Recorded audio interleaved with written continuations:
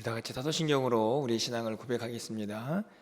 전능하사 천지를 만드신 하나님 아버지를 내가 믿사오며 그 외아들 우리 주 예수 그리스도를 믿사오니 이는 성령으로 잉태하사 동정녀 마리아에게 나시고 본디오 빌라도에게 고난을 받으사 십자가에 못 박혀 죽으시고 장사한 지 사흘 만에 죽은 자 가운데서 다시 살아나시며 하늘에 오르사 전능하신 하나님 우편에 앉아 계시다가 저리로서 산자와 죽은 자를 심판하러 오시리라.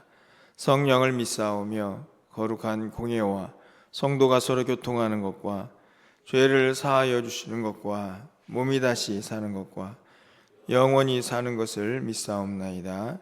아멘. 우리 찬송가 400장 찬양드립니다. 험한 시험 물속에서 400장입니다.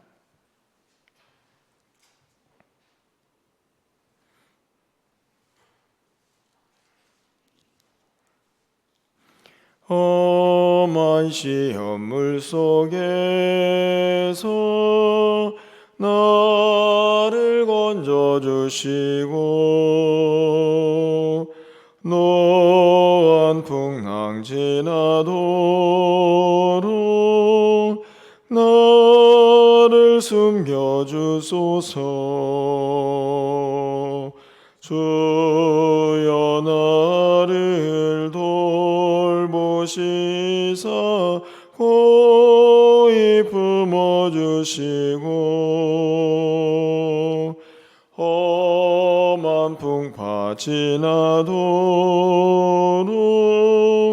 나를 숨겨주소서. 권세 능력 무한하사 모든 시험 이기고 풍랑까지 다스리는 주님 앞에 비오니 주여 나를 돌보시사 고이 품어주시고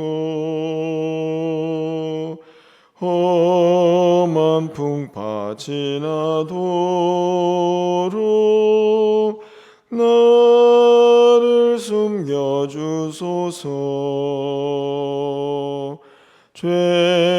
죄악길에 빠진 이 몸 캄캄한 데 헤매며 부르짖는 나의 예원 들으소서 내 주여. 주여 나를 돌보시사 고이 품어주시고 험한 풍파 지나도록 나를 숨겨주소서. 아멘. 오늘 하나님 말씀은 누가복음 8장 22절에서 25절까지의 말씀을 교독하겠습니다.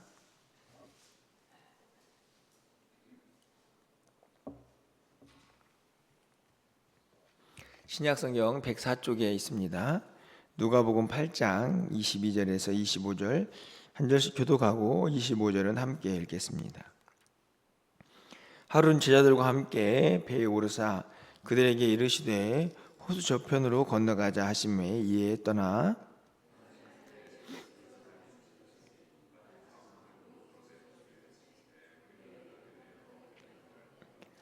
제자들이 나와 껴 이르되 주여 주여 우리가 죽게 되었나이다 한데 예수께서 잠을 깨사 바람과 물결을 꾸짖으시니 이에 그쳐 잔잔하여지더라. 너희 믿음이 어디 있느냐 하시니 그들이 두려워하고 놀랍게 여겨 서로 말하되 그가 누구이기에 바람과 불을 명함에 순종하는가 하더라. 아멘. 네, 또 거룩한 주일을 또 맞이하고 또 3월의 첫 번째 주일을 또 맞이하게 됩니다. 지금까지 또 인도하신 하나님의 은혜를 또 감사하면서 또 오늘 하루 또 이 한 달이 주님께서 함께 하시는 은혜로 충만한 귀한 시간 되시기를 주님의 이름으로 간절히 축원합니다. 여러분이 기도해 주셔서 어제 청년부 수련회까지 이제 모든 겨울 사역들이 또 은혜 가운데 잘 맞춰지게 또 됨을 또 감사를 드립니다. 우리 청년들하고 수련회를 하면서 믿음이라는 주제로 제가 2박 3일 동안 함께 또 말씀을 나눴는데요. 오늘 본문을 통해서도 그렇고 사실은 우리가 믿음이라는 단어를 너무나 자주 사용하고 있지만 과연 우리가 믿음에 대해서 얼마나 알고 있나 하는 또 그런 생각들을 또 다시 한번 해보면서 또 수련의 시간들을 보내었던 기억이 있습니다.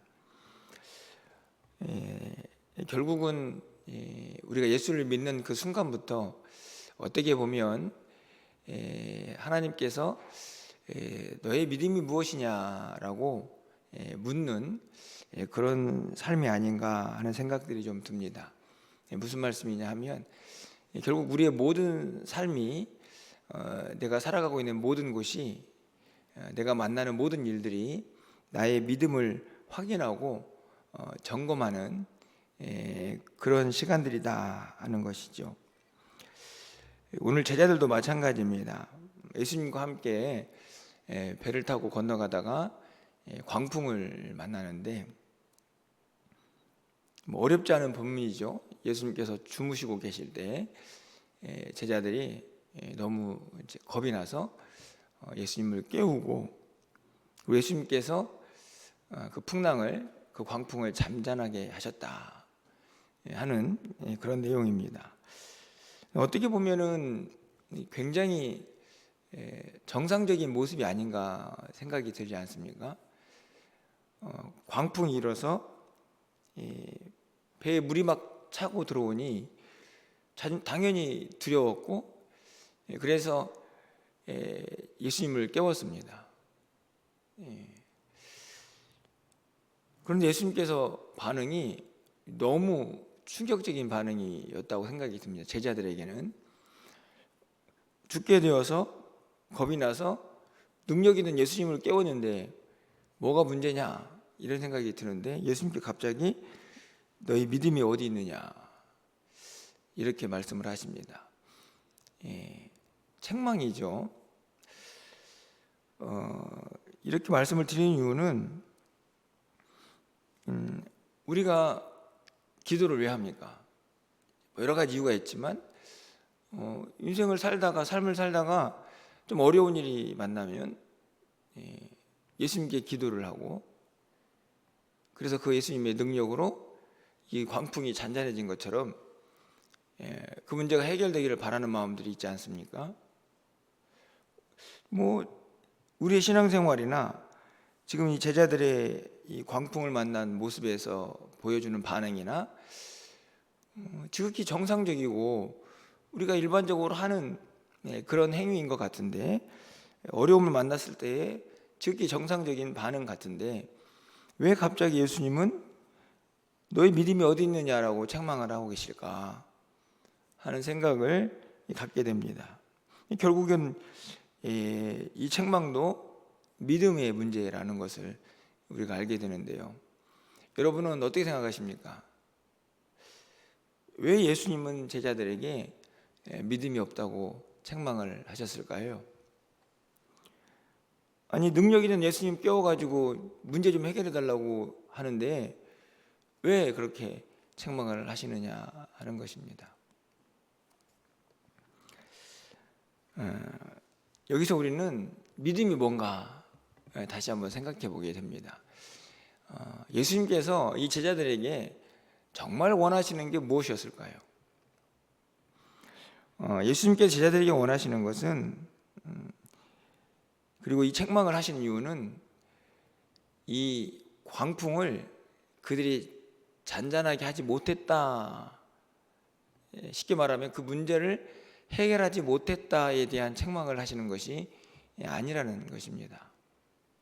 예수님께서 이들의 믿음이 어디 있느냐라고 말씀하시는 이유는 바로 이 본문과 병행 구절인 마가복음 4장에 잘 나타나 있습니다.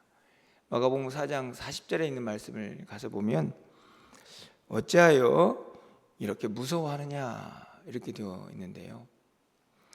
이 말을 보면 이 제자들에게 요구되었던 믿음이 뭔가 하는 것을 우리가 알게 됩니다. 예수님은 제자들에게 그 광풍을 잔잔하게 하는 능력을 믿음이라고 말씀하지 않으시고 두려워하는 마음, 불안해하는 마음, 그것을 떨쳐버리지 못하는 것을 믿음이라 이렇게 이야기하고 있는 것이죠. 적용해서 풀어보면 광풍이 일어나는 거 맞다. 네가 지금 직면한 현실이 맞다. 근데 왜 두려워하느냐? 내가 너와 함께 하는데. 그 사실을 놓고 믿음이 어디 있냐고 책망을 하시는 거죠. 예수님과 함께 하고 있다면 이 광풍이 잔잔해지든 아니면 우리를 삼키든 예수님과 함께 하고 있다면 결국에는 이 문제가 어떤 식으로든지 주님의 뜻 안에서 이루어지지 않겠습니까? 해결되지 않겠습니까? 그러면서 좀 담대하기를 예수님께서 바라셨지만 제자들은 그 믿음을 갖지 못했던 거죠. 사실은 우리도 마찬가지입니다. 예수님께서 우리에게 요구하는 믿음은 모든 문제들을 막 다 해결하고 내 앞에 닥쳐온 여러 가지 문제들을 척척척 해결해 나가면서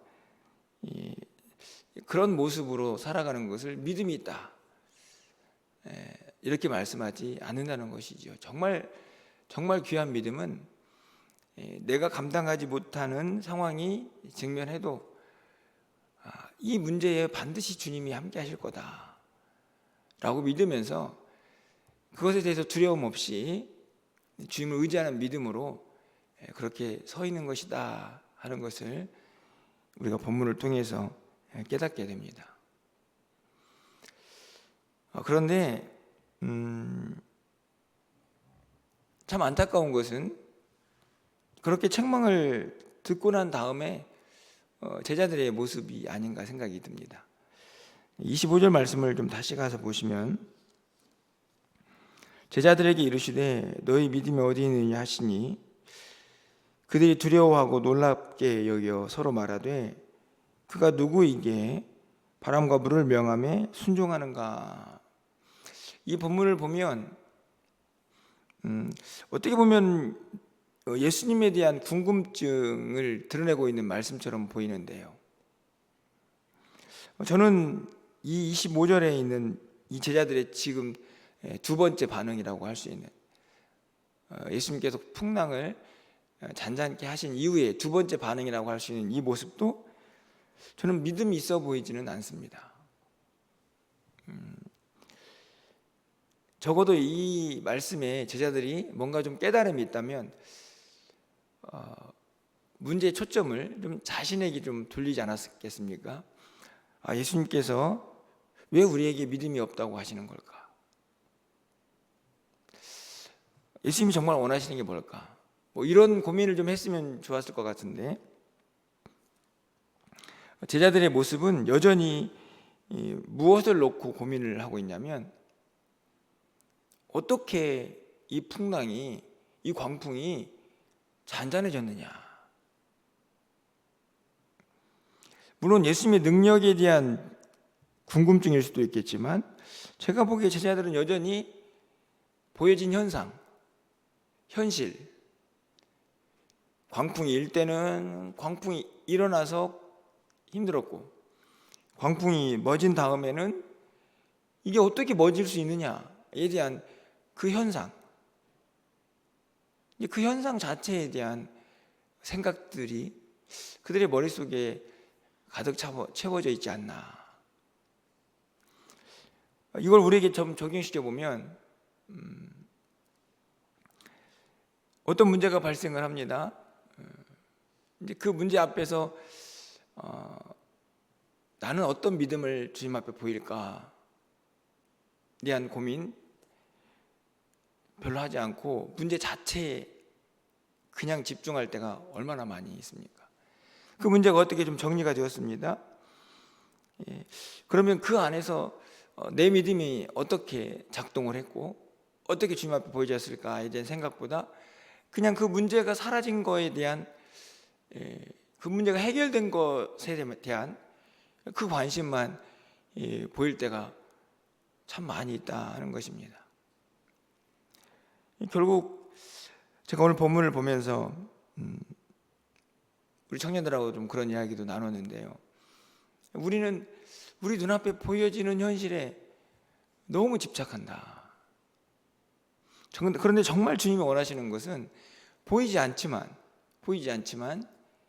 그 주님이 여전히 어떤 상황 속에서도 문제가 일어났든 문제가 해결됐든 나와 변함없이 함께 하신다라는 그것을 붙잡는 것, 그게 진짜 믿음이다 하는 것이죠. 우리가 잘 알고 있는 것처럼 히브리서 11장 1절에 있는 말씀을 보면 믿음은 바라는 것들의 실상이고 보이지 않는 것들의 증거다. 사람들이 그것이 믿음의 정의라고 생각하는데 믿음의 정의는 아닙니다. 믿음은 무엇이다라고 하면 국어사전을 찾아보면 정의가 잘 나와 있는데 히브리서 11장 1절에 있는 말씀은 정의가 아니고 믿음이 무엇을 가능케 하고 믿음의 성격과 특징이 뭔가를 보여주고 있는 말씀이죠. 믿음은 보이지 않지만 아직 이루어지지 않아서 바라는 것이지만 주님이 함께 하시기 때문에 하나님의 능력이 함께 하시기 때문에 주님이 우리와 변함없이 함께 하시기 때문에 그 주님을 온전히 붙잡고 보이지 않지만 이루어지지 않았지만 그것이 실상처럼 그 실체처럼 그걸 확신하는 것이 믿음이다. 그것을 가능케 하는 것이 믿음이다라고 우리에게 가르쳐 주는 것입니다. 안타깝지만 오늘 제자들은요, 우리가 보지 못하고 믿고 있는 예수님을 눈앞에서 보고 있습니다. 사실은 그렇게 눈앞에 보고 있는 예수님도 제대로 믿지 못하고 있습니다. 우리는 보이지 않는 예수님을 믿고 있는데 얼마나 믿음의 사람으로 그렇게 주님이 기뻐하시는 믿음을 간직하면서 살아가고 있나 하는 생각들을 오늘 본문을 통해서 또 한 번 깨닫게 되는 것이죠. 오늘 본문은 우리 모두에게 제자들에게 했던 질문을 던지고 있다고 생각합니다.